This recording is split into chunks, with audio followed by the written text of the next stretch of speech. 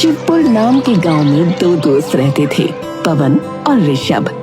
दोनों में ऐसी घनिष्ठ मित्रता थी कि देखने वालों को यकीन नहीं होता था। वो ऐसे थे कि एक दूसरे के लिए जान भी दे सकते थे। हाँ भाई, कहाँ घूम रहे हो तुम दोनों? आपको क्यों जलन हो रही है मुखिया जी? अरे मुझे क्यों जलन होगी भला? जलन तो होगी, आपका ऐसा कोई दोस्त जो नहीं है। बड़ा घमंड है ना तुम दोनों को अपनी दोस्ती का। कहीं ऐसा ना हो कि ये दोस्ती टूट जाए। ए मुखिया, हद में रहकर बात कर, समझा? फालतू में हमारी दोस्ती को नजर मत लगा। लेकिन नजर तो लग चुकी थी। कुछ समय बाद ऋषभ को शहर जाना पड़ा क्योंकि उसका पूरा परिवार शहर शिफ्ट हो गया था। ऋषभ के गांव छोड़कर जाते समय पवन से इतनी हिम्मत भी नहीं हुई कि वो उसे रेलवे स्टेशन तक छोड़ने जा सके। चल पवन, चल रहा है स्टेशन? नहीं यार, मैं वहां नहीं आऊंगा। मैं तुझे जाते हुए नहीं देख सकता रे। तुम मुझे यहीं से बाय बोल दे। अब ठीक है, सच कहूं तो मेरा तो जाने का मन ही नहीं कर रहा है, पर क्या करूं, शायद किस्मत यही है। आखिरकार दोनों बिछड़ गए। ऋषभ चला गया और पवन गांव में अकेला रह गया। समय गुजरा और पवन की भी शादी हो गई। उसने मीरा नाम की लड़की से शादी की, जिससे उसे यश नाम का एक बेटा हुआ। अब पवन मजदूरी करके अपना घर चलाता था। वो एक छोटे से कच्चे घर में रहता था। माँ, आज खाने में क्या बना रही हो? आज तो तेरे लिए खास चीज बनी है, आलू की सूखी सब्जी और रोटी। अरे वाह, भोला भंडारी की कृपा से आज तो खूब दावत होगी। हर हर महादेव। अरे भोले के भक्त, अब तक तो तुम्हारी दावत दूध रोटी से ही होती थी रे। और नहीं तो क्या, जब देखो सिर्फ हर हर महादेव। अरे महादेव ने खुद मेहनत का संदेश दिया है, लेकिन कुछ लोग तो बस नारे लगाना जानते हैं, कमाना नहीं। अरे भाग्यवान, तुम ही तो मेरी अर्धांगिनी हो। तो मैं मेहनत ना करूंगा तो कौन करेगा? देखो, आज दिन भर मजदूरी करके थोड़ा ज्यादा कमाऊंगा, फिर शिवरात्रि पर बढ़िया सा प्रसाद चढ़ाएंगे। सच पापा, इस बार तो भोलेनाथ को खूब सारा गुड़ और भांग का प्रसाद चढ़ाएंगे। अरे भोलेनाथ के भगत, इस बार तो पूरे गांव को देखकर जलन हो जाएगी कि गरीब का बेटा भी शिव भक्त है। हाँ, पवन ने जल्दी जल्दी रोटी खत्म की, फिर अपने पुराने गमछे से हाथ पोंछे और मीरा से विदा लेकर घर से निकल पड़ा। रास्ते में धूल भरी पगडंडी पर चलते हुए वो सोच रहा था कि कैसे इस बार शिवरात्रि पर कुछ अच्छा कर सके। तभी सामने से मुखिया जी आते दिखे, जो हमेशा उसे नीचा दिखाने का कोई न कोई बहाना ढूंढते रहते थे।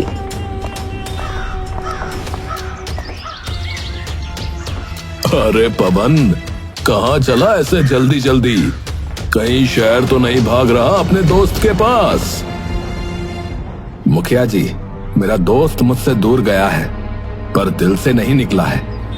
और फिर मैं क्यों भागूंगा शहर? अरे मेरे भगवान भोलेनाथ तो गांव में ही हैं। भोलेनाथ की तो बहुत भक्ति करता है रे तू, लेकिन क्या फायदा, तेरे भोलेनाथ ने भी तेरी हालत नहीं सुधारी और ना ही तेरा दोस्त लौटा। दूर होने का मतलब ये नहीं कि वो मुझे भूल गया। दोस्ती का रिश्ता इतना कमजोर नहीं होता मुखिया, समझे?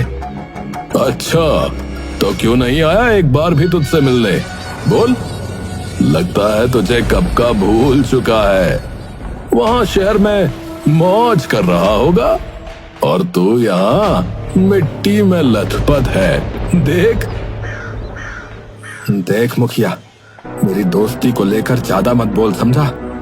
तू हमारी दोस्ती को नहीं समझ सकता, क्योंकि दोस्ती सिर्फ उन लोगों के लिए होती है जिनके पास दिल होता है, तेरे जैसे मतलबियों के लिए नहीं। अच्छा अच्छा, मैं तो बस यूं ही पूछ रहा था, तू तो वैसे ही दिल में ला गया। अच्छा चल जा, मेहनत कर मेहनत, ताकि कम से कम इस बार शिवरात्रि पर तेरे द्वारा भोलेनाथ को वो सड़ा हुआ गुड़ न चढ़ जाए।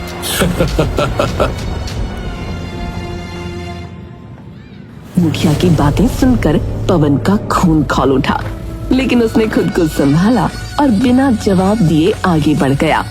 पीछे मुखिया अब भी हंस रहा था। पवन का जीवन वैसे ही कट रहा था। शिवपुर गांव में शिवरात्रि की तैयारियां जोरों पर थी। पवन भी हर साल की तरह इस बार भी शिवरात्रि पर विशेष पूजा करने के लिए मन ही मन तैयारी कर रहा था। इसी बीच एक सुबह उसके दरवाजे पर अचानक दस्तक हुई। इस वक्त कौन आ गया?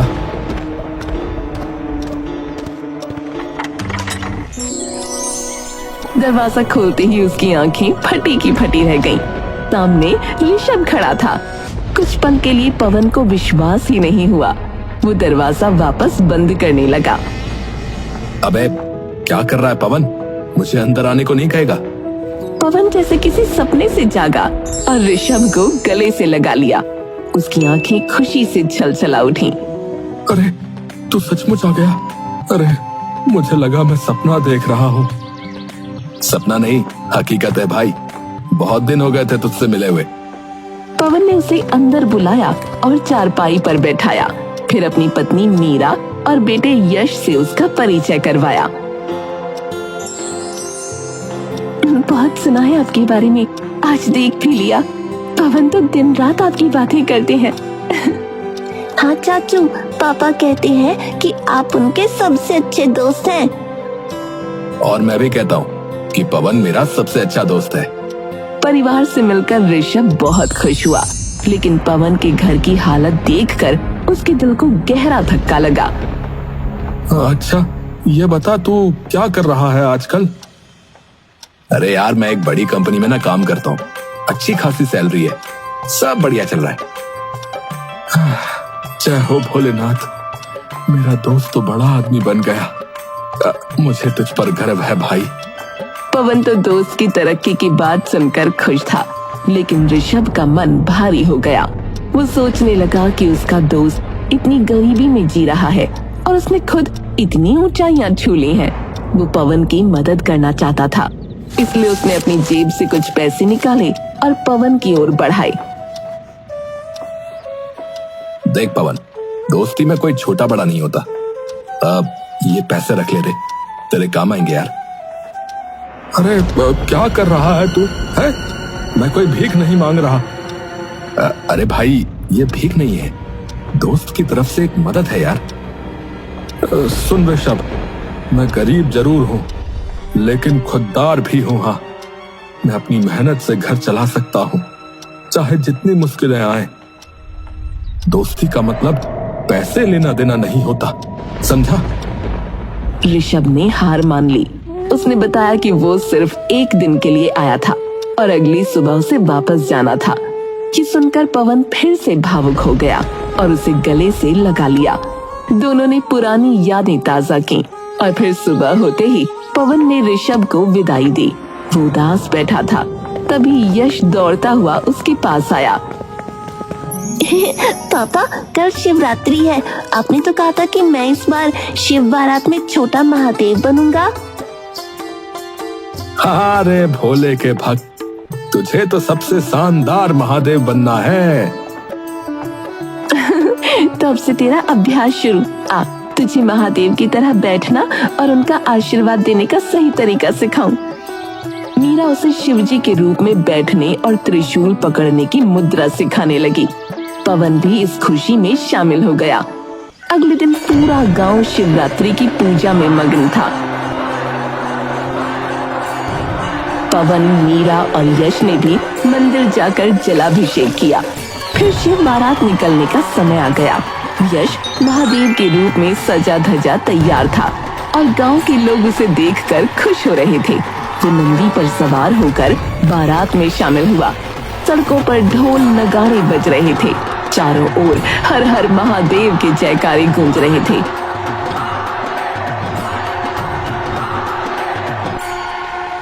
हमारा यश इतना प्यारा लग रहा है। सच में एकदम महादेव का स्वरूप। बारात धूमधाम से निकली और सकुशल संपन्न हो गई। लेकिन जब यश लौटा तो उसके हाथ में कई उपहार और काफी सारे पैसे थे। ये कहाँ से आए बेटा? पापा, ये तो मुझे शिव बारात में महादेव बनने के लिए उपहार में मिले हैं। लेकिन ऐसा तो कभी नहीं हुआ। हाँ, इससे पहले किसी भी बच्चे को इतना कुछ नहीं मिला। ये कैसे हुआ? पवन और मीरा के चेहरे पर उलझन साफ दिख रही थी। मीरा ने धीरे से पूछा, यश, हमें सच सच बताओ, तुम्हें ये पैसे किसने दिए? मुझे तो शिवजी ने दिए। शिवजी? बेटा, ये क्या कह रहे हो? माँ, मैं झूठ नहीं बोल रहा। जब मैं बारात में नाच रहा था तभी शिवजी मेरे पास आए। उन्होंने मेरा सिर सहलाया और कहा, तू बहुत अच्छा बच्चा है, ये ले तेरे लिए आशीर्वाद। और फिर ये सब चीजें और पैसे देकर चले गए। पवन और मीरा ने एक दूसरे की तरफ देखा। अब तो मामला और भी पेचीदा हो गया था। हमें जाकर मुखिया जी से बात करनी होगी। उन्होंने ही शिव बारात का पूरा आयोजन किया था। शायद वो कुछ बता सके। हाँ, चलो चलो। वो दोनों भागते भागते मुखिया जी के पास पहुँचे। मुखिया जी, क्या बारात में किसी को कोई इनाम दिया गया था? हाँ, बस लड्डू बांटे गए थे। बस लड्डू? कुछ पैसे भी दिए गए क्या? अरे कोई पैसे या उपहार नहीं दिए गए, और ना मैं दे पाऊंगा। मैंने पहले ही बता दिया था कि। अच्छा अच्छा, ठीक है, हम पैसे मांगने नहीं आए हैं। बस इतना बताइए कि शिव कौन बना था? लल्लन। हाँ, लल्लन शिव बना था। पवन और मीरा तेजी से लल्लन के पास पहुंचे। लल्लन, तुमने मेरे बेटे को इतने पैसे क्यों दिए रे? लल्लन चौंक गया और बोला, अरे भैया, मैंने कुछ नहीं दिया। लेकिन मेरे बेटे ने तो कहा कि शिवजी ने उसे ये पैसे दिए, और शिवजी तो तुम ही बने थे ना? नहीं भैया, मैं शिवजी बनने वाला था, लेकिन ऐन मौके पर कोई और बन गया। उसने मुझे कुछ पैसे दिए और कहा कि उसे शिवजी बनने दो, तो मैंने हामी भर दी भैया। कौन था वो? भैया पता नहीं कौन था अब। अरे नाम तो पूछा होगा। भैया पूछना भूल गया रहा। तभी अचानक लल्लन ने एक तरफ इशारा किया और बोला, अरे देखिए, वही है जो शिवजी बना था। पवन ने पलटकर देखा तो उसके पैरों तले जमीन खिसक गई। वहाँ ऋषभ खड़ा था। पवन गुस्से में उबल पड़ा और भागता हुआ ऋषभ के पास पहुंचा। तुमने ये क्यों किया? मैंने साफ मना किया था कि मुझे कोई दान खैरात नहीं चाहिए। देखो, मेरी गरीबी का मजाक मत बनाओ ऋषभ। ये मजाक नहीं था, दोस्ती थी। मैं सिर्फ तुम्हारी मदद करना चाहता था। मदद? अरे इस तरह? अगर तुम मेरे सच्चे दोस्त होते तो मेरी गरीबी का मजाक ना बनाते। तो बताओ, तुम्हें क्या चाहिए? अपनी गरीबी को गले लगा कर रखना या उसे दूर करने का कोई तरीका ढूंढना? पवन ये सही कह रहा है, तुम्हें इसे गलत नजरिए से नहीं देखना चाहिए। पवन कुछ सोचने लगा, फिर बोला, ऋषभ, मैं अपनी मेहनत से अपनी हालत सुधारना चाहता हूँ और मेरे पास एक बेहतरीन बिजनेस आइडिया है। बोल, क्या आइडिया है? हमारे गांव में हर दिन लोग शहर जाकर दूध बेचते हैं, लेकिन वहां जो है अच्छा दाम नहीं मिलता। मैं यहाँ एक डेयरी खोलूंगा जहां दूध, दही, पनीर और घी बनाया जाएगा। गांव वालों को शहर नहीं जाना पड़ेगा और हम सीधा ग्राहकों तक ताजा सामान पहुंचाएंगे। अरे वाह, ये तो शानदार आइडिया है, लेकिन इसे शुरू करने के लिए पैसे चाहिए होंगे, और तुम तो मेरी मदद लोगे नहीं। पवन ने सिर झुका लिया। ठीक है, तुम भीख नहीं लोगे, लेकिन क्या कर्ज लोगे? कर्ज? हाँ, मैं तुम्हें पैसे उधार देता हूँ। जब तुम्हारा बिजनेस चलने लगे तब लौटा देना। ठीक है, मैं कर्ज लूंगा, लेकिन सिर्फ इसी शर्त पर कि मैं इसे पूरा चुकाऊंगा। हाँ, मैं पूरा लेकर रहूंगा मेरे दोस्त। पवन ने ऋषभ से पैसे लिए और डेयरी खोलने की तैयारियों में जुट गया। गांव के कई लोग उसके साथ आ गए। देखते ही देखते उसकी डेयरी मशहूर हो गई। कुछ महीनों बाद पवन ने ऋषभ को पैसे वापस करने के लिए फोन लगाया। तुम्हारी वजह से मेरा काम बहुत चल गया यार, बहुत बहुत धन्यवाद। अब जो है अपने पैसे वापस ले लो यार। मेरे पैसे? पर तुमने पैसे लिए ही कहाँ थे? उसके बाद मैं तो चला गया था। अरे तुम भूल गए क्या? तुम शिवजी बने थे यार, और तुमने मेरे बेटे को पैसे दिए थे। और फिर अरे यार तुम्हें कोई गलतफहमी हुई है, मैं उसी दिन लौट गया था। अच्छा मैं बाद में बात करता हूँ, अभी बिजी हूँ। जी कहकर ऋषभ ने फोन रख दिया और पवन चौंक गया कि आखिर वो शिवजी बना इंसान था कौन। तभी एक आकाशवाणी हुई। वो स्वयं हम थे पवन, तुम्हारी भक्ति से प्रसन्न होकर हम तुम्हारी सहायता के लिए आए थे। सदा प्रसन्न रहो वत्स। ये सुनकर पवन जमीन पर गिर पड़ा और रोने लगा। तभी उसकी पत्नी मीरा वहाँ भागती हुई आई और पूछने लगी कि क्या हुआ। पवन बस रोते रोते एक ही बात बोल रहा था।